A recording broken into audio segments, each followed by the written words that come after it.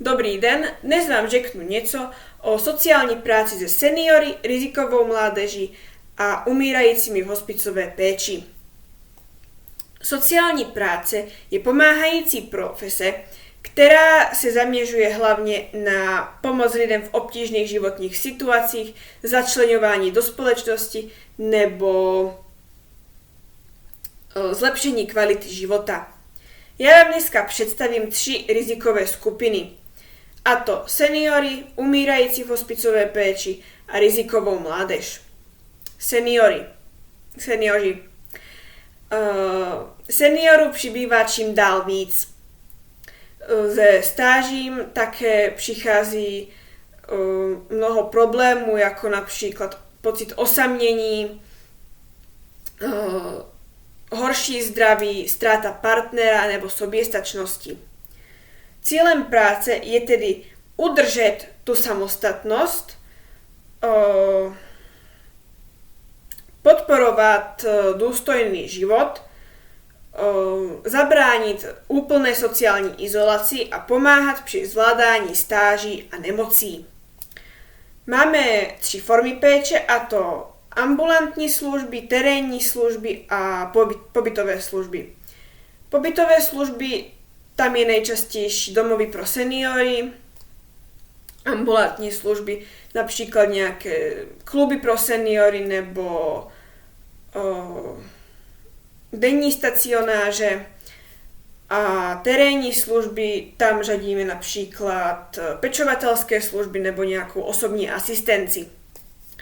Role sociálního pracovníka je pomoct s vyřizováním dávek a příspěvků, podpora rodiny, poradenství a aktivizace seniorů.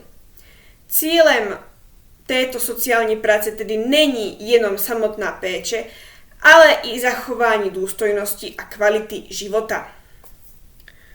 Sociální práce s umírajícími v hospicové péči.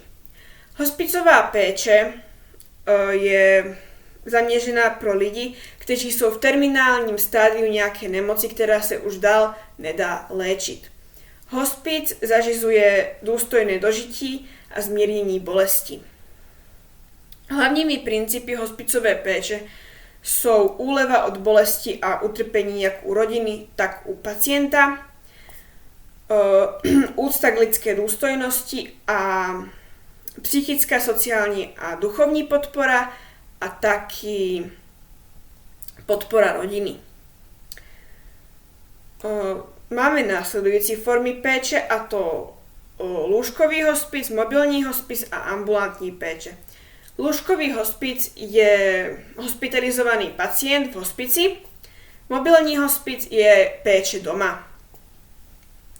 Role sociálního pracovníka je podpora rodiny, zprostředkovávání komunikace mezi zdravotníky, rodinou a pacienty, pak vyřizování sociálních a právních záležitostí a pomoc a podpora rodiny v době truchlení.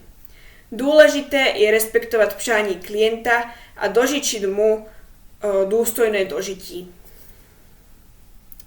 Sociální práce s rizikovou mládeží. Mezi rizikovou mládež řadíme děti a mladistvé, kteří jsou vystaveni nebo ohroženi sociálně patologickými jevy. Mezi sociálně patologické jevy řadíme například kriminalitu, závislosti, agresi, šikanu, záškoláctví nebo rizikové sexuální chování. Tyto sociálně patologické jevy se dějí hlavně kvůli